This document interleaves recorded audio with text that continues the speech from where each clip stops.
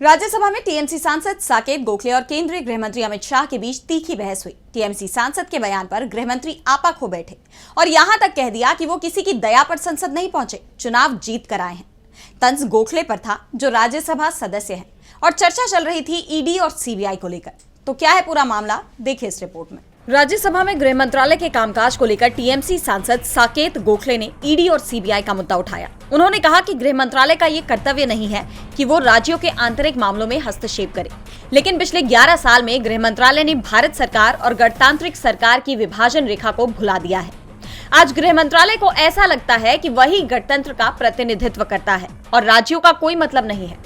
आज गृह मंत्रालय राज्यों और उसका विरोध करने वालों के खिलाफ एक शक्ति बन गया है।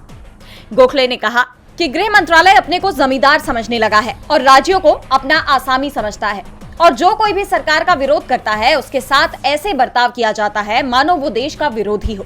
भले ही कुछ छोटे राज्य इसका विरोध न कर पाते हो, किंतु पश्चिम बंगाल जैसा मजबूत राज्य इस जमींदारी मानसिकता का डटकर मुकाबला करेगा। गोखले ने केंद्रीय अन्वेषण ब्यूरो यानी सीबीआई का जिक्र करते हुए याद दिलाया कि सुप्रीम कोर्ट ने इसे पिंजरे में बंद तोता कहा था।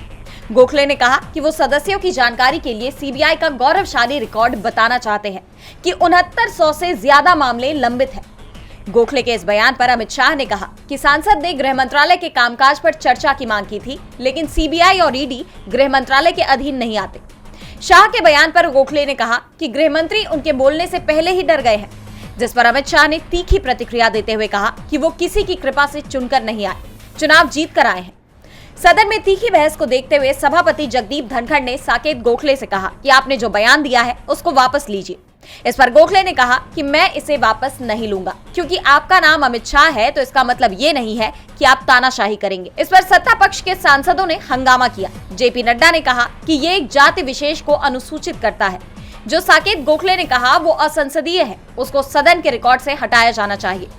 इस पर टीएमसी सांसद डेरेक ओ ब्रायन ने कहा कि सत्ता पक्ष के साथियों ने हमारे सहयोगी के ऊपर सवाल उठाए। उधर गोखले ने कहा कि गृह मंत्री बाबा साहेब अम्बेडकर का अपमान करते हैं और ये जाति के अपमान की बात करते हैं। अगर गृह मंत्रालय ने अपने रवैये में सुधार नहीं किया तो आगे विधानसभा चुनाव में बीजेपी तड़ी पार हो जाएगी। डीवी लाइव की रिपोर्ट।